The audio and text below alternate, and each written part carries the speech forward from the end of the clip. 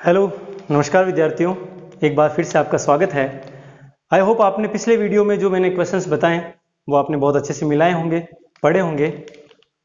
हमारा अगला टारगेट जो है वो क्वेश्चन नंबर 3 और 4 है। क्वेश्चन नंबर जो 3 आएगा वो आपका सेकंड चैप्टर जो है वास्तविक संख्या वाला, वहां से 1 नंबर का क्वेश्चन जो आएगा वो ये है। या तो हो सकता है मैसेपे यूक्लिड विभाजन प्रमेय का द्वारा, या वो अभाज्य गुणनखंड विधि द्वारा दो क्वेश्चन संख्याओं का मैसेपे पूछ सकता है। आइए देखते हैं। 210 व 55 का मैसेपे निकालना यूक्लिड विभाजन प्रमेय का। सबसे पहले तो आराम से ये सोचिए, यूक्लिड विभाजन प्रमेय का क्या होती है। a बराबर बी क्यू प्लस आर, जहां जो शेषफल है r वो भाजक से छोटा और 0 से बड़ा। यह अपनी भाषा में अगर मैं बताऊं तो मैं ये भी लिख सकता हूं, भाज्य बराबर भाजक गुणा भागफल प्लस शेषफल। यही हमारी यूक्लिड विभाजन प्रमेय का है, जो हमने छोटी क्लासेस कक्षा तीसरी चौथी से हमने पढ़ते आए हैं, कक्षा 3 से पढ़ रहे हैं। तो आपका भाज्य इसमें कौन है, 210। भाजक कौन रहेगा, 55। 55वां भाग हम देंगे तो कितनी बार जाएगा, तो यहां पे 210 55 का अगर मैं 4 बार दूंगा तो ये ज्यादा हो जाएगा, 3 बार भाग दे लेता हूं। 3 × 5 15, कैरी का 1, 5 3 15 और 1 16, 5 45। तो आपका भागफल जो आया वो है 3, शेषफल आया वो है 45। वास्तव में हमने कक्षा 4 और 5 में मैसेपे को हमने लॉन्ग डिवीजन मेथड से, लंबी विभाजन प्रक्रिया से निकाला था, वही हमारा यूक्लिड विभाजन है। अब आप देखिए, क्या आपका शेषफल 0 आया, नहीं आया। शेषफल 1/45 आया, 45 आया। तो जब तक शेषफल 0 नहीं आए तब तक आपको ये प्रोसेस करते जाना है। तो क्या करना है, इस बार ऐसे बना दीजिए, इस 55 को यहां रख दो, यानी हमारा भाज्य बन जाएगा ये 55 और भाजक बन जाएगा 45। तो 45 का भाग हम कितनी बार देंगे, एक बार। 45 एकम 45, शेषफल कितना बच जाएगा, 10। रिमाइंडर हो गया आपका 10 और क्वोशिएंट आया आपके 1। लेकिन फिर से हमारा शेषफल 0 के बराबर नहीं है, तो फिर से हम इस प्रक्रिया को दोहराएं। 45 बराबर, इस बार हम जो भाग देंगे हम 10 का देंगे। किस में देंगे, 45 में। बोलिए 10 का भाग कितनी बार गया, 4 बार। 10 का भाग 4 बार। और शेषफल कितना आया, तो ये देखिए 4 बार जाने पर आपका शेषफल आ जाएगा 5। फिर से हमारा शेषफल 0 के बराबर नहीं है। पुनः यूक्लिड विभाजन लगाएंगे, तो इस बार हम 10 में किसका भाग देंगे, 5 का। क्वेश्चन कितना आएगा, 5 2 जा 10, रिमाइंडर आ गया 0। तो जैसे ही आपने कहा इसका रिमाइंडर शेषफल 0 आया, तो इसका मैसेपे हाईएस्ट कॉमन फैक्टर HCF जो है वो है आपका 5। इस प्रोसेस को आपने एक बार और किया, तो लास्ट में जिसका डिवाइड करने पर अपना रिमाइंडर 0 आता है वही उसका HCF यानी कि मैसेपे होता है। यह है आपका यूक्लिड।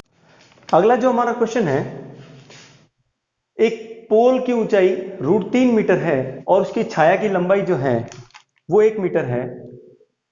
उसी समय एक पेड़ की ऊंचाई अगर 3 मीटर है, तो बताइए उसकी छाया की लंबाई क्या होगी। तो इस क्वेश्चन में आप देखिए, जो पोल है हमारा ग्राउंड के साथ में 90 डिग्री पर है, तो और इधर आपका जो पेड़ है ये भी 90 डिग्री है।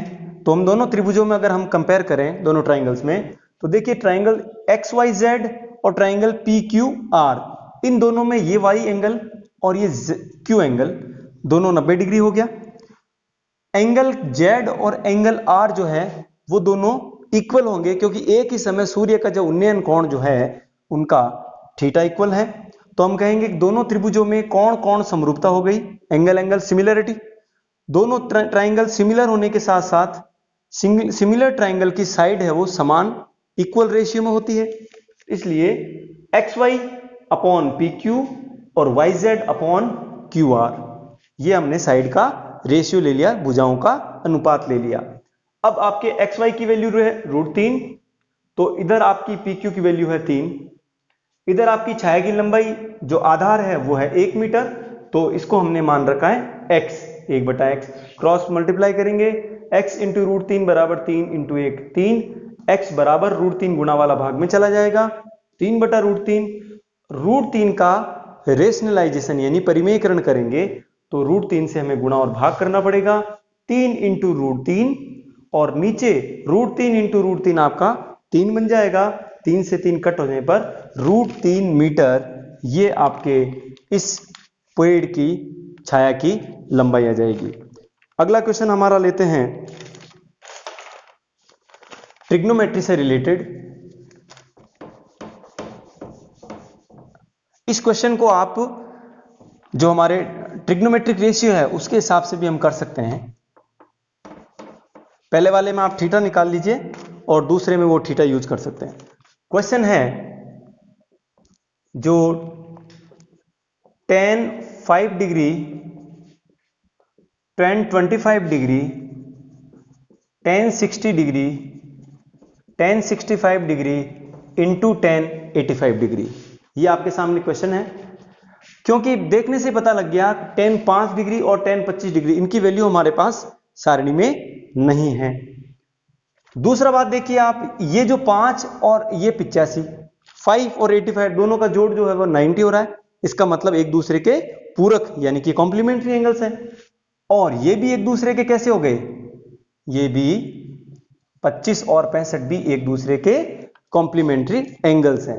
तो क्या करेंगे, इन दोनों में से किसी एक को चेंज करेंगे, इन दोनों में से किसी एक को चेंज करना है। तो हम जानते हैं कि हमारा जो tan थीटा होता है वो होता है cot 90 माइनस थीटा, यानी कि cot का जो कॉम्प्लीमेंट्री जो ट्रिग्नोमेट्रिक रेशियो है वो tan थीटा होता है। तो यहां में tan थीटा की जगह पर ये पार्ट्स लिखना आपको, cot 90 माइनस, ध्यान रहे दोनों का थीटा सेम होना चाहिए, तो आपको यही लिखना है। tan इस 25 की जगह मैं लिख दूं cot 90 माइनस 25। एक बार फिर से चेक कर लीजिए, cot 90 पर चेंज होता है, tan में वो थीटा वही रहता है। आगे वाली यहां tan 60 हो सकता है, बुक में tan 30 है, tan 30 की वैल्यू आप लिख दीजिए 1/√3, ये हमें टेबल से पता है, into tan 65 into tan 85। I hope यहां तक कोई दिक्कत नहीं है आपके। फिर देखिए आप कैलकुलेट कीजिए, 90 माइनस 5 करेंगे तो आपको कितना मिलेगा 85, 90 माइनस 25 करेंगे तो आपको कितना डिग्री मिल जाएगा 65, 65 डिग्री, 1/√3, tan 65 इंटू tan 85। अब इनको देखिए आप, tan और cot ये एक दूसरे के रेसिप्रोकल होते हैं, यानी कि ये कट होंगे। तो कैसे होंगे, इस tan थीटा को, cot थीटा को मैं 1/tan थीटा लिख सकता हूं। तो इस cot थीटा की जगह आप लिखिए 1/tan थीटा, इस cot की जगह फिर से लिखिए 1/tan theta, 1/√3 as it is, tan 65 as it is, and tan 85। अब आप देखिए ये डिनोमिनेटर में है, ये न्यूमरेटर में है, ये हर में है और ये अंश में है, कैंसिल आउट हो गए, ये भी दोनों कैंसिल हो जाएंगे, आपका आंसर आ जाएगा 1/√3। ये हो जाएगा इसका सॉल्यूशन। उसके बाद मैं प्रोबेबिलिटी के क्वेश्चन लूं यहां पर, जो 1 नंबर का जो पोर्शन है उस जगह पर तीसरा क्वेश्चन के रूप में। एक तो बिल्कुल सिंपल क्वेश्चन पूछा जाएगा जो आज तक पूछा जाता है लगभग, कि एक पासे को उछालने पर पासे पर जो हमारे कुल परिणाम होते हैं, सभी संभव घटनाएं होती है, वो 1 2 3 4 5 6 यानी कि कुल परिणामों की संख्या आपके 6 हो जाएगी। अब आपको इनमें से एक पासे को उछालने पर उसके ऊपर आने वाला जो अंक है वो सम हो सकता है, विषम हो सकता है या अभाज्य संख्या हो सकती है। तो इन तीनों में से कोई एक प्रश्न बनता है। मान लीजिए हम बात करें सम संख्या की। सम संख्या, तो आप बताइए इसमें से सम संख्या को आप चूज कीजिए, कौन कौन सी हो गई? 2 4 6 यानी सम संख्याएं हमारे पास कितनी हैं? 3।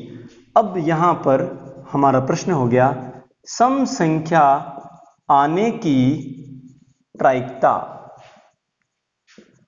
तो सूत्र हो जाएगा प्रायिकता का अनुकूल परिणाम बटा कुल परिणाम। अनुकूल परिणाम बटा कुल परिणाम।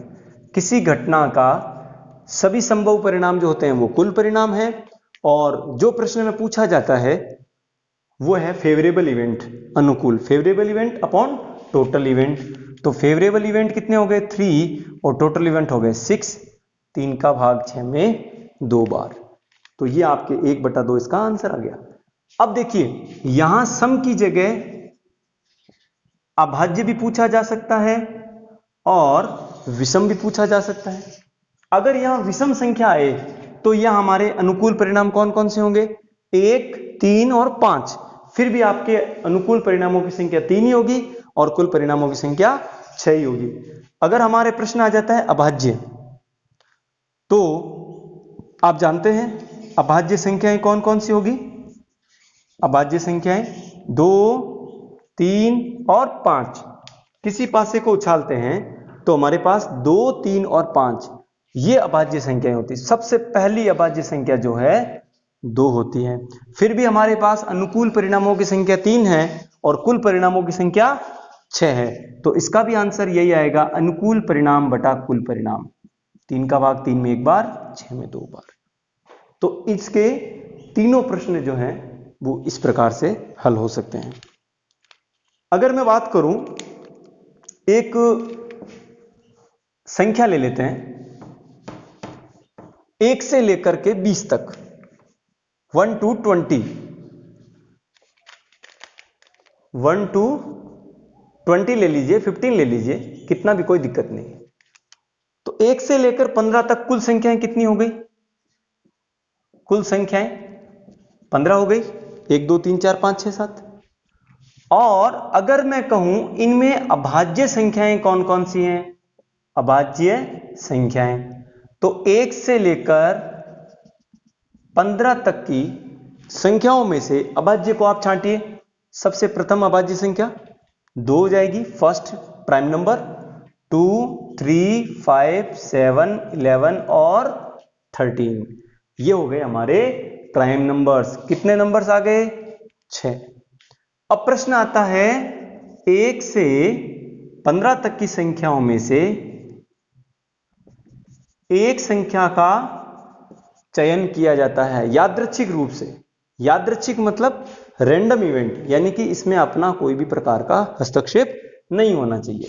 तो अभाज्य संख्या आने की प्रायिकता, तो अनुकूल परिणामों की संख्या, तो 1 से 15 में अभाज्य संख्याओं की संख्या कितनी है? 6। और कुल परिणाम कितने हो सकते हैं? 15। 2 का भाग 3 का भाग 6 में 2 बार, 15 में 5 बार। तो ये आपका आंसर हो जाएगा। इसके बाद